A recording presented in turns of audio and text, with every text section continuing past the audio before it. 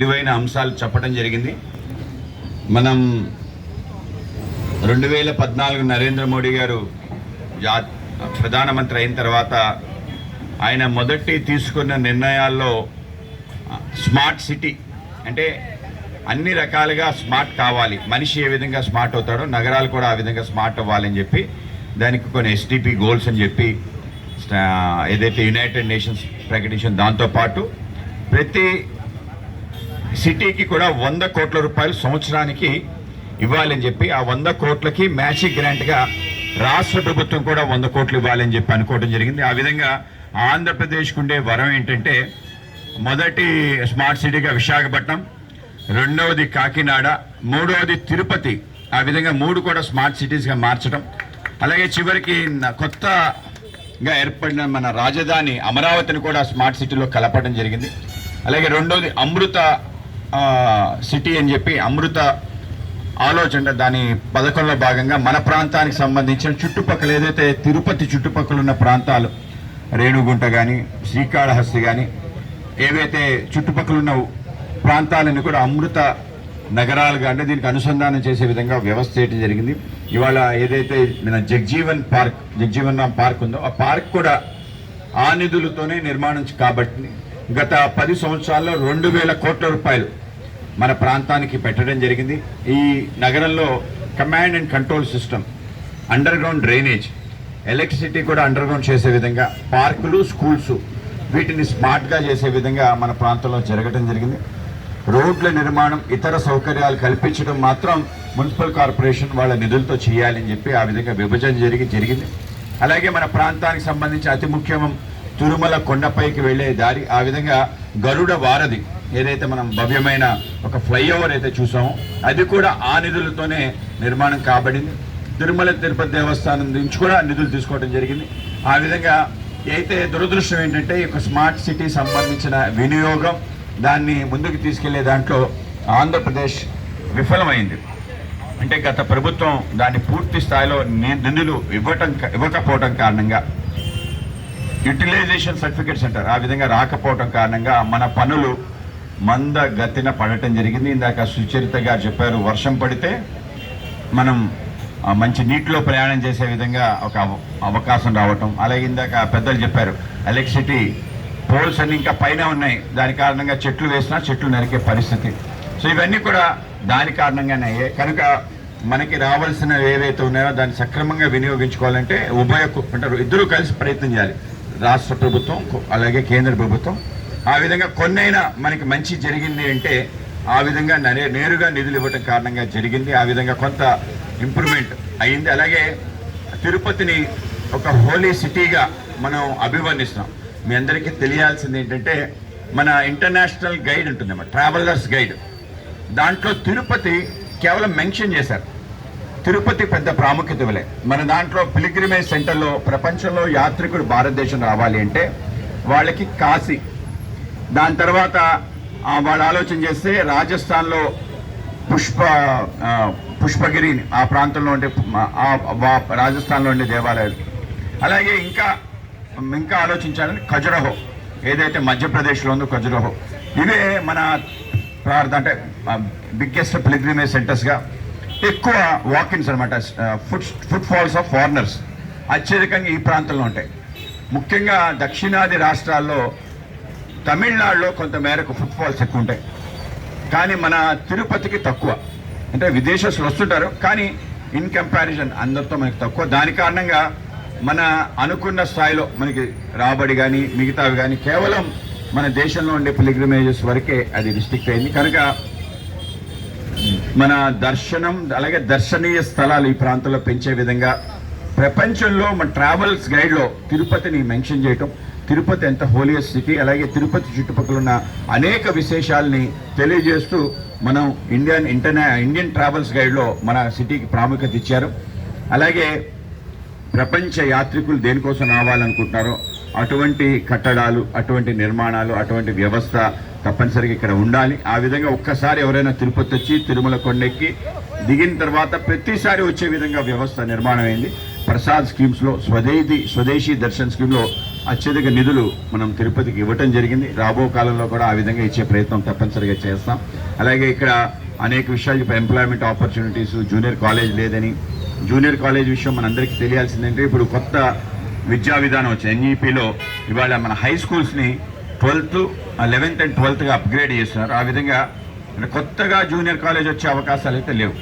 ఆ విధంగా హై స్కూల్స్ని అప్గ్రేడ్ చేసి +1, +2గా చేసి అన్ని హై స్కూల్స్ కూడా ఆ విధంగా చేయాలని, తర్వాత డైరెక్ట్ ఇంటర్మీడియట్ అనేది తీసేయబోతున్నారు.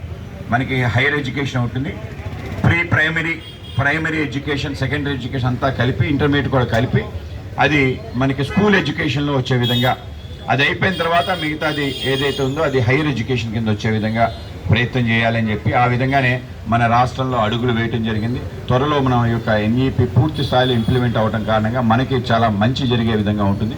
అలాగే మన ప్రాంతానికి విద్యకు సంబంధించి వెంకటేశ్వర విశ్వవిద్యాలయంతో పాటు అనేక విశ్వవిద్యాలయాలు తిరుపతిలో కొలువై ఉన్నాయి. ఇవన్నీ కూడా మన అదృష్టం. సంస్కృత విశ్వవిద్యాలయం కూడా ఇప్పుడు దేశవ్యాప్తంగా, అలాగే వేదానికి సంబంధించిన దానికి ఒక ఆలోచన చేసే ఒక రీసెర్చ్ ఇన్స్టిట్యూట్ కూడా మన దగ్గర రావటం, ఇవన్నీ కూడా మన ప్రమాణాలు, మన ప్రాంతానికి అనేక మంది వచ్చి రావడానికి అవకాశాలు. అలాగే ఐఐఎస్సిఆర్ మన ప్రాంతానికి రావటం కూడా, ఇవి కూడా గొప్ప శుభసూచకాలు. దేశవ్యాప్తంగా విద్యార్థులు ఇక్కడ చదవడానికి వస్తారు. అలాగే దీంతో పాటు అనేక మంది ఫ్యాకల్టీ, అలాగే నాన్ టీచింగ్ స్టాఫ్ కూడా పెద్ద ఎత్తున మన ప్రాంతానికి రావటం, ఇవన్నీ కూడా మంచి జరిగాయి. అలాగే 2014 చంద్రబాబు నాయుడు గారు ముఖ్యమంత్రి అయిన తర్వాత మనది ఒక హార్డ్వేర్ సిటీగా చేయాలనే ఒక ప్రయత్నం. ఆ విధంగా మన రేణుగుంట ఎదురుగా ఒక ఇండస్ట్రియల్ పార్క్ తయారు చేయటం, దాంట్లో ప్రప్రథమంగా సెల్కాన్ సంబంధించిన కంపెనీ, ఏదైతే మొబైల్ మ్యానుఫ్యాక్చరింగ్ కంపెనీ ఉందో 2-3 కంపెనీలు మనకి రావటం జరిగింది. ఇంకా పెద్ద ఎత్తున వచ్చే విధంగా ప్రయత్నం కూడా జరుగుతుంది. అలాగే మన కింద ఉన్న శ్రీ సిటీ చాలా దేశంలోనే బెస్ట్ ఒక ఎకనామిక్ జోన్ ఏదైతే ఉందో, special economic zone Sri City ఇవాళ ప్రపంచ దృష్టిని ఆకర్షిస్తుంది. దాంట్లో సుమారు 30 జపనీస్ కంపెనీలు వచ్చాయి, సౌత్ కొరియా కంపెనీలు వచ్చాయి, అలాగే అమెరికన్ మల్టీనేషనల్ కంపెనీస్ కూడా వచ్చాయి. ఆ విధంగా మన శ్రీ సిటీ బాగా నడుస్తుంది.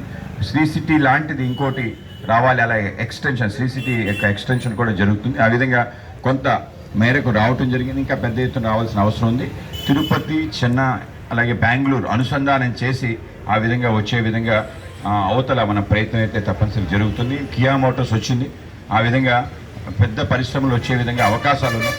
అయితే నీటి లభ్యత చాలామంది, మనకి తాగునీరు ఉంది, సాగునీరు ఉంది, కానీ ఇండస్ట్రియల్ వాటర్ ఏదైతే ఉందో అది రాయలసీమకి పెద్ద కష్టంగా మారింది. సో దాన్ని తీర్చే విధంగా ఒక ప్రయత్నం జరుగుతుంది. మనకి రాయలసీమకి ఎష్యూర్డ్ వాటర్ 118 టీఎంసీ ఏదైతే బచావో ట్రిబ్యునల్ ఇచ్చారో అది మనం వినియోగించుకోవడం. దాంతోపాటు అదనంగా ఒక 100 టీఎంసీ కృష్ణా బేసిన్లో పోలవరం ప్రాజెక్ట్ కారణంగా అది కూడా మనకి ఎష్యూర్డ్ వాటర్గా 200 టీఎంసీ మన ప్రాంతానికి వస్తే తప్పనిసరిగా ఇండస్ట్రీస్ పెద్ద ఎత్తున వచ్చే అవకాశం ఉంది. ఆ విధమైన ప్రయత్నం కూడా జరుగుతుంది. పోలవరం సర్వేగంగా కొనసాగుతుంది. కేంద్ర ప్రభుత్వం 15,000 కోట్ల రూపాయలు పోలవరానికి ఈ మధ్య ఇవ్వడం జరిగింది. ఆ విధంగా పోలవరం పూర్తి అయితే తిరుపతికి కూడా ఉపయోగం. సో ఆ విధంగా మనకి జరిగే అవకాశం ఉంటుంది. దాన్ని కూడా త్వరితగతిన 2 సంవత్సరాలు పూర్తి చేయాలని చెప్పి మనం ఆలోచన చేస్తున్నాం. అలాగే మన శానిటేషన్ సంబంధించిన అనేక విషయాలు మాట్లాడటం జరిగింది.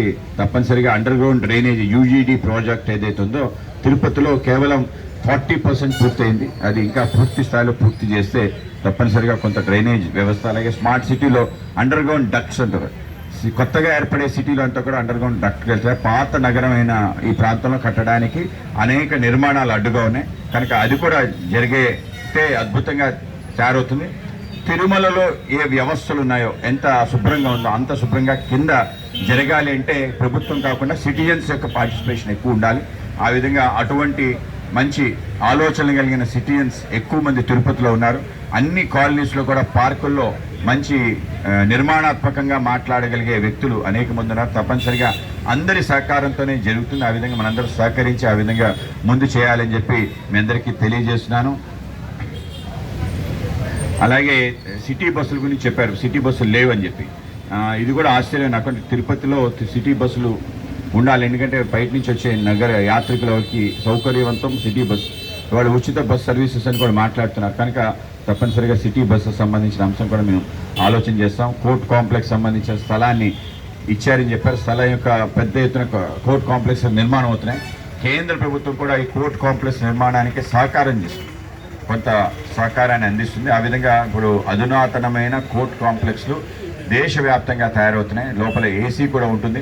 ఎవరైతే ఫిర్యాదుదారులు కూర్చొని ఎక్కువసేపు ఉండాల్సిన అవసరం ఏర్పడుతుందో ఆ విధంగా అందరికీ సౌకర్యవంతంగా ఇవాళ కోర్టు సంబంధించిన అంశం కూడా నడుస్తుంది. అలాగే డిసేబుల్ సంబంధించిన ఒకరు మాట్లాడటం జరిగింది. డిసేబుల్ దానికి నరేంద్ర మోడీ గారు చేసిన పని ఏదైతుందో అది అనితర సాధ్యమైన అద్భుతమైన పని ఆయన చేయటం జరిగింది. 2016 యాక్ట్ తీసుకురావడం, డిజేబుల్ యాక్ట్ తీసుకొచ్చారు. దాంట్లో సెక్షన్ 92 మనందరికీ చాలా ఉపయోగపడుతుంది. ఎవరైనా డిజేబుల్ వాళ్ళని తిడితే వాళ్ళకి శిక్ష పడే విధంగా వ్యవస్థ నిర్మాణం అయింది. అలాగే పెద్ద ఎత్తున డబ్బులు ఇవ్వటం జరిగింది.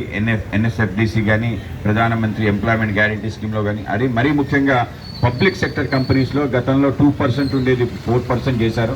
ఆ విధంగా ఎంప్లాయ్మెంట్ ఆపర్చునిటీస్ పెద్ద ఎత్తున పెరిగాయి. అలాగే ఎడ్యుకేషన్ ఆపర్చునిటీస్లో 5% పెంచడం జరిగింది.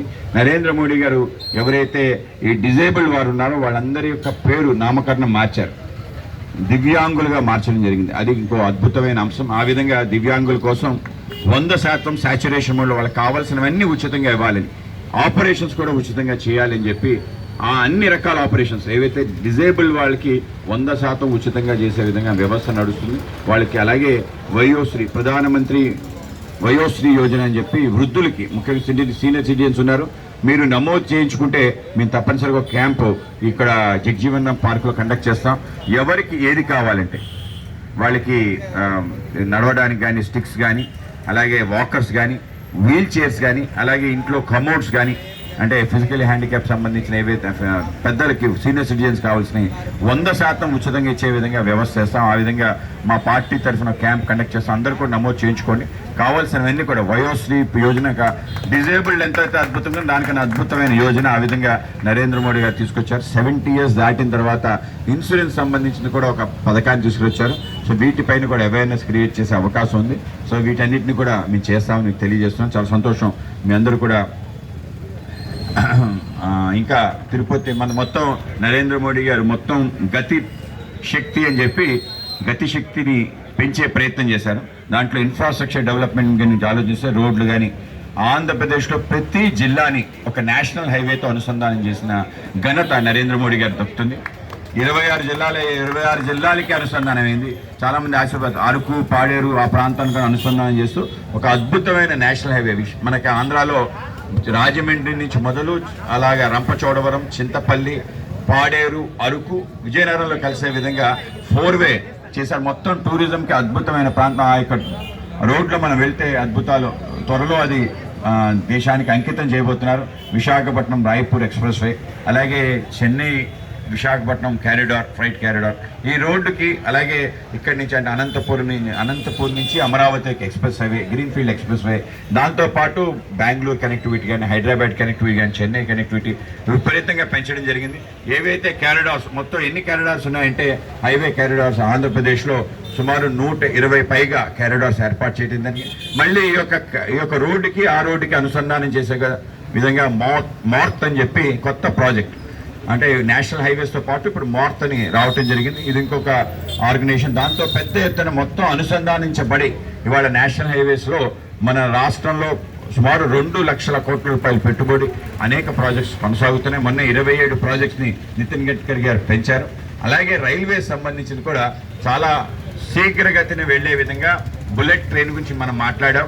దాంతోపాటు ఎక్స్ప్రెస్ ట్రైన్స్, అలాగే స్పీడ్గా రీచ్ అవ్వడానికి అవకాశం కల్పించే ట్రైన్స్, అంటే చెన్నై నుంచి తిరుపతికి, అలాగే ఇక్కడి నుంచి బెంగళూరు, మైసూర్కి వందే భారత్ ట్రైన్స్ ఏవైతున్నాయో మొత్తం దేశవ్యాప్తంగా 443 వందే భారత్ ట్రైన్స్ మనం ఇప్పుడు తయారు చేస్తున్నాం. ఇప్పటికే సుమారు 160 ట్రైన్స్ నడుస్తున్నాయి. మిగతా త్వరలోనే మనం మొత్తం అన్ని ట్రైన్స్ రూపురేఖలు మారిపోతాయి. మనం ఉండే ఇంజన్ మళ్ళీ డీలింగ్ చేసి వెనకాల అంటించే సిస్టమ్ పోయింది. ఇవాళ వందే భారత్ ఏంటంటే ఇలా వెళ్తుంది, మళ్ళీ ఇలా వెళ్తుంది. సో ఆ విధంగా టైం ఏదైతే మన ఇంజన్ మార్చుకునే టైం కూడా ఇవాళ సేవ్ అయ్యే విధంగా, త్వరితగతిన వెళ్లే విధంగా ఒక వ్యవస్థ, అద్భుతమైన సౌకర్యాల ట్రైన్లో ఇవన్నీ కూడా రాబోతున్నాయి. మన నుంచి ఒక వందే భారత్ ట్రైన్ గురించి అడిగారు. సో ఆ విధంగా అది కూడా వచ్చే ప్రయత్నం తప్పనిసరిగా చేస్తాం. 443 ట్రైన్స్, వందే భారత్ ట్రైన్స్ వస్తే మొత్తం వ్యవస్థే పరివర్తన అవుతుంది. ఆ విధంగా ఒక వ్యవస్థ నిర్మాణం చేశారు. అలాగే పోర్ట్ కార్మికులు శాశ్వత చేయాలని, ముఖ్యంగా మన టీటీడీ అర్చక వ్యవస్థ అలాగే మిగతా వేద పారాయణం సంబంధించిన వాళ్ళందరికీ కూడా కొంత పర్మనెంట్ చేసే అవకాశం కోసం కూడా అడగటం జరిగింది. అయితే మొత్తం మన రాష్ట్రంలోనే అర్చక వ్యవస్థ చాలా దారుణంగా ఉంది అనే మాట మాత్రం తప్పనిసరిగా చెప్పాలి. ఎందుకంటే అర్చక నియామకాలు లేవు. ఇక్కడ టీటీడీలోనే ఆ వ్యవస్థ నిర్మాణించి ఇవాళ దేశంలో ఏ రాష్ట్రంలో లేని విధంగా అర్చక వ్యవస్థని కొంచెం మార్చి ఏదైతే 3 తరగతులు ఉంటాయో ప్రవేశిక, ధార, ఇంకోటి ఏదో ఆ విధంగా 3 ప్రవేశికాలు ఏవైతే ఉన్నాయో అవి మనం నిర్వహిస్తూ ఒక అర్చక వ్యవస్థ నిర్మాణం అన్ని దేవాలయాలకు కూడా మనం సరఫరా చేస్తూ విదేశాల్లోని దేవాలయాలు కూడా తిరుపతి నుంచి అంటే అర్చకుని కూడా ఎక్స్పోర్ట్ చేస్తున్నాం అని చెప్తుంది.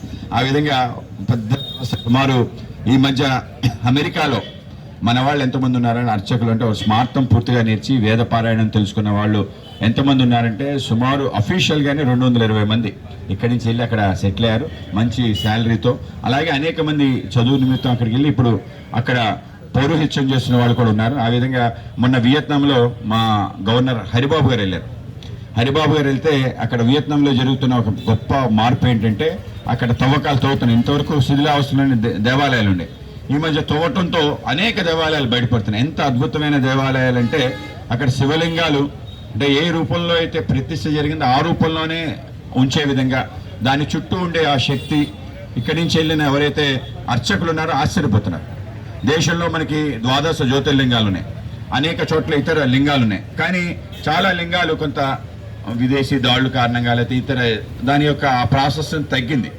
అంటే మనం తెలుసుగా కాశీ విశ్వేశ్వర ఆలయంలో కూడా శివలింగాన్ని పెకలించి జ్ఞానవాపి వెళ్ళవేసిన తర్వాత తీసుకొచ్చి మళ్ళీ పునఃస్థాపన చేశాం. సోమనాథ దేవాలయం సంబంధించిన శివలింగాన్ని ముక్కలు చేశారు. ఈ మధ్య మన పండిత్ రవిశంకర్జీ శ్రీ రవిశంకర్జీ దాన్ని ఒక లింగాన్ని బయటకు తీసుకొచ్చారు. ఆ విధంగా ఏ లింగం కూడా స్థాన భ్రంశం కానీ కొంత విధ్వంసం కానీ జరిగాయి. కానీ ఇప్పటికీ కూడా ఆ ప్రాంతంలో దొరికిన లింగాల యొక్క ప్రాసెస్ ఆ శక్తి ఏ విధంగా పెట్టారో ఆ విధంగా ఉందని ఇక్కడి నుంచి అర్చకులు పంపించారు. వాళ్ళందరూ అక్కడ ఆయన కలవటం ఆయన కూడా ఆశ్చర్యపోయారు. ఏంటి ఇంతమంది వచ్చారు. కంబోడియాకి మన నుంచి నరేంద్ర మోడీ గారు సుమారు 63 మంది మన సంస్కృత విశ్వవిద్యాలయం నుంచి రీసెర్చ్ కాల్స్ పంపించారు. అలాగే అక్కడ అర్చన ఇతర విషయాలు చేయడానికి కూడా అర్చకులు పంపించారు. కొంత గ్లోబల్గా మన వాళ్ళు వెళ్ళడానికి అవకాశం కూడా కల్పించారు. నరేంద్ర మోడీ గారు చేసిన అద్భుత అంశం ఏంటంటే ప్రపంచంలో ఉండే అన్ని నాగరికతలు మన నుంచి ఉద్భవించాయి కనుక ఏదైతే మనం ప్రపంచం అంతా కూడా కలపే ప్రయత్నంలో సభ్యత అనేది భారతదేశ సభ్యత వాళ్ళ సభ్యత వికాసంలో పాత్ర ఏది ఉంది అనేది బయటకు తీసుకొచ్చి ప్రజలకు చూపించే ఒక గొప్ప ప్రయత్నం చేస్తున్నారు. తద్వారా వాళ్ళ ప్రపంచంలో నరేంద్ర మోడీ గారు ప్రపంచాది నేతగా ఎదగడంతో పాటు భారతదేశ సంస్కృతికి ఒక గొప్ప వారధిగా మారి మన దానికి సంబంధించి అనేక అంశాలు ఇప్పుడు ప్రపంచంలో చర్చకి రావటం జరిగింది. అది కూడా అద్భుతమైన అంశం కనుక తప్పనిసరిగా తిరుమల తిరుపతి దేవస్థానంలో ఉండే ఎవరైతే వేద పండితులు ఉన్నారో అర్చకులు ఉన్నారో వాళ్ళకి సముచిత స్థానం శాశ్వతంగా వాళ్ళకి ఉద్యోగ కల్పన అలాగే మన మిరాసి పద్ధతి ఏదైతే ఉందో దాన్ని కూడా బాగా పెంపొందించి ముందుకు తీసుకెళ్లే ప్రయత్నం తప్పనిసరిగా చేస్తాం. కానీ ప్యూన్కి కానీ వచ్చే శాలరీలో సగం కూడా అర్చకులకు రాదు. వాళ్ళకి డబ్బులు ఇచ్చే పద్ధతి అన్నీ చూస్తే మీరు ఆశ్చర్యపోతారు. వాళ్ళకి వెల్ఫేర్ లేదు. ఏమిటి అంటే నిజంగానే వ్యవస్థ అలా తయారైంది. ఎందుకంటే వచ్చిన దాంట్లో వాళ్ళకి ఇవ్వాలి అని చెప్పి సీనియారిటీ ప్రకారం ఇవ్వటం జరిగింది. కొత్త రిక్రూట్మెంట్ అయినా ఎన్ఎంఆర్ ప్రకారం డైలీ వేజ్ కింద అనేక మంది అర్చకులు పనిచేస్తున్నారు. నిజంగానైనా అంటే నిజంగా ఇంకా లోతుకు వెళ్తుంటే ఇంకా మనకి నిరాశ కలిగించే అంశాలు బయటపడతాయి. తప్పనిసరిగా అర్చక వ్యవస్థ మారి వాళ్ళకి కూడా ఒక సముచిత గౌరవం వచ్చే విధంగా చాలామంది అనుకుంటారు పళ్ళెంలో వేసే డబ్బు వాళ్ళకి వెళ్తున్నాయి. పళ్ళెం వేసే డబ్బులు వెళ్ళకుండా ఎండోమెంట్ వాళ్ళు వ్యవస్థ చేశారు. మొత్తం కూడా వేసి దాంట్లో ఆఫీసర్ అక్కడ ఉండడు కానీ ఆయన కూడా భాగస్వామ్యం వెళ్ళే విధంగా ఒక వ్యవస్థ చేశారు. ఇవన్నీ కూడా మారాలి. తప్పనిసరిగా వీటిపైన చర్చించిన ఈ మధ్య మేము ఒక అర్చక సమాఖ్య సంబంధించిన సమావేశం మేము మొన్న గుంటూరులో పెట్టడం జరిగింది. నాకు కూడా చాలా వీస్తుపోయే విషయాలు తెలిసే తప్పనిసరిగా రాష్ట్ర వ్యాప్తంగా వాటి గురించి ఆలోచన చేసి ముందుకు తీసుకెళ్తాం. అందరికీ కూడా ధన్యవాదాలు. మీ అందరూ కూడా సావధానంగా అనేక విషయాలు విన్నారు. రాబో కాలంలో మేము మరొకసారి వచ్చి మీ అందరినీ కలిసి మీరు ఏవైనా ఉన్నా మనకు సంబంధించిన ఏ విషయాలున్నా మా జిల్లా అధ్యక్షులు సామంచి శ్రీనివాస్ గారు మీ అందరికీ సుపరిచితులే. లేఖ రూపంలో రాస్తే దాన్ని తప్పనిసరిగా తీసుకెళ్ళి దాన్ని పనిచేసే ప్రయత్నం చేస్తాం. మేము తిరుపతిలో మంచి ఒక సమావేశం అంటే గతంలో ధార్మిక పరిషత్ సమావేశం జరిగింది. ఆ విధంగా ఒక వ్యవస్థ కోసం ఆలోచన భారతీయ జనతా పార్టీ ఆధ్వర్యంలోనే చేయాలనుకుంటున్నాం. ఆ విధంగా పెద్ద పెద్ద కార్యక్రమాలు రాబో స్థానిక అంశాలని తీసుకొని ముందుకెళ్లాలనుకుంటున్నాం.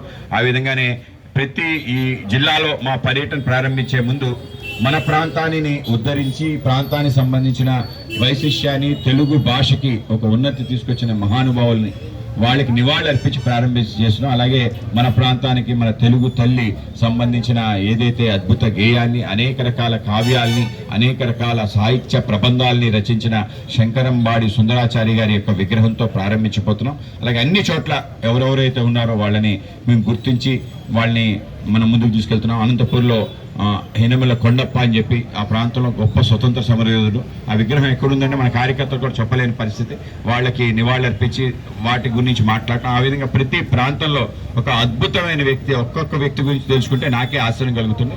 మన వాళ్ళని మనం గుర్తించే ప్రయత్నం, స్వయం సమృద్ధి భారత్ సాధించాలని మనది అనుకునే అంశాలన్నీ గొప్పవైనవి, వాటిని ఆచరించడం, మన వాళ్ళ దగ్గరే వస్తువులు కొనటం.